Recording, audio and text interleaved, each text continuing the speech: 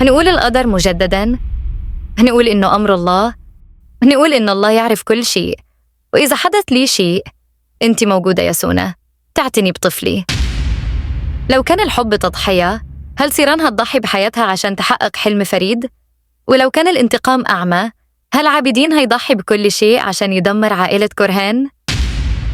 فريد بعد الإصابة، هل هيقدر يواجه الصدمة دي ويطلع منها أقوى؟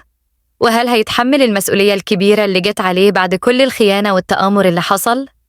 مع كل الأزمات اللي حواليه، هل هيقدر يحمي سيران والعائلة ولا النهاية هتكون أقوى من قدرته؟ الأسئلة دي هتكون محور حلقتنا النهاردة، فتابعوا معايا للنهاية لأن التفاصيل مشوقة جداً. قبل ما نبدأ، ما تنسوش تعملوا اشتراك في القناة وتفعلوا زر الجرس عشان يوصلكم كل جديد، وكمان دعم الفيديو بلايك وتعليق بآراءكم عن الأحداث لأن رأيكم يهمني جداً. يلا نبدأ. الأحداث بدأت تاخد منحنى خطير جداً. فريد في صدمة كبيرة بعد اكتشافه إن المجوهرات اللي كان المفروض يسلمها لهاليس كورهان طلعت مزيفة، ودي كانت أول خطوة في خطة شيشيك لتدمير فريد. شيشيك، العقل المدبر وراء الفوضى.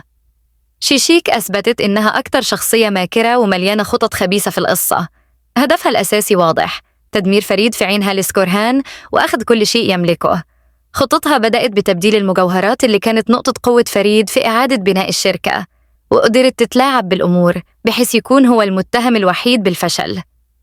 شيشيك استغلت معرفتها بتفاصيل حياة عائلة كورهان ونقاط ضعفهم، وده ساعدها على تنفيذ خطتها بدون أي شكوك. سرقة المجوهرات كانت مجرد البداية، واللي جاية أخطر لأنها بتحاول تستولي على القصر والشركة نفسها.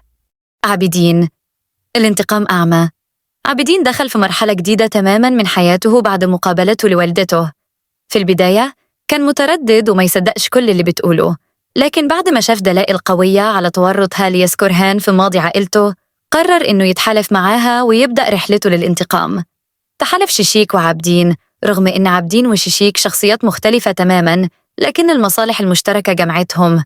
عابدين عايز يدمر هاليس وفريد كورهان انتقاماً لماضيه، وشيشيك عايزة تدمير فريد عشان تستولي على كل شيء.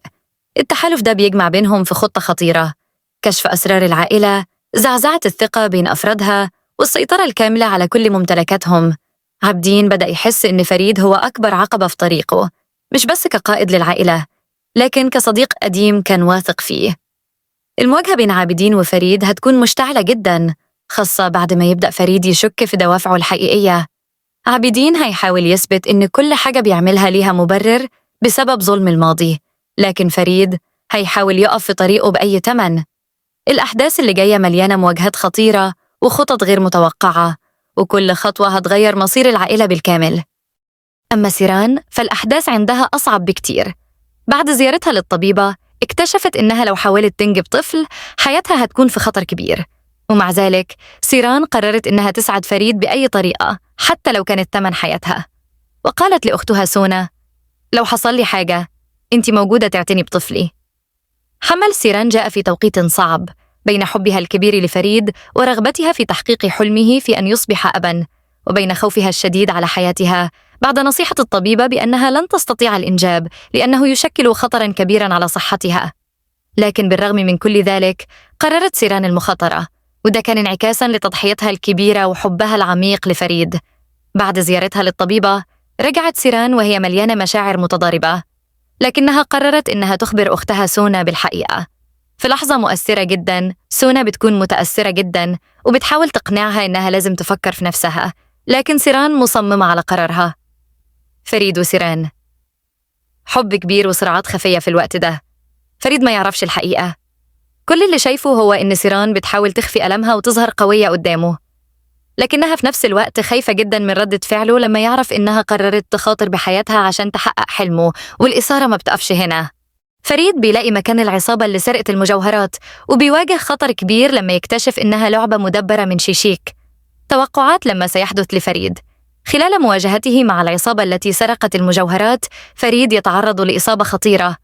الإصابة لن تكون قاتلة، لكنها ستضعه في حالة حرجة، مما يدفع العائلة كلها للتجمع حوله. هنا تبدأ التساؤلات: هل سيكشف فريد عن الشخص المسؤول عن هذه الكارثة قبل أن يفقد وعيه؟ تأثير الإصابة على سيران. سيران تشعر بصدمة كبيرة لما يحدث لفريد، خاصة وأنها تعلم أنها كانت تحذره من البداية بشأن تسليم المجوهرات. شعورها بالذنب يزداد، خصوصاً بعد قرارها المخاطرة بحياتها من أجل الحمل. هذا الحدث يدفع سيران لمواجهة شيشيك لأول مرة، وعشان كده ما تنسوش تشتركوا في القناة وتفعلوا زر الجرس علشان يوصلكم كل جديد أول ما ينزل، وحطوا لايك لو عجبكم الفيديو، وكمان اكتبوا توقعاتكم في الكومنتات. مستني آرائكم علشان نكمل مع بعض في التحليل القادم. سلام.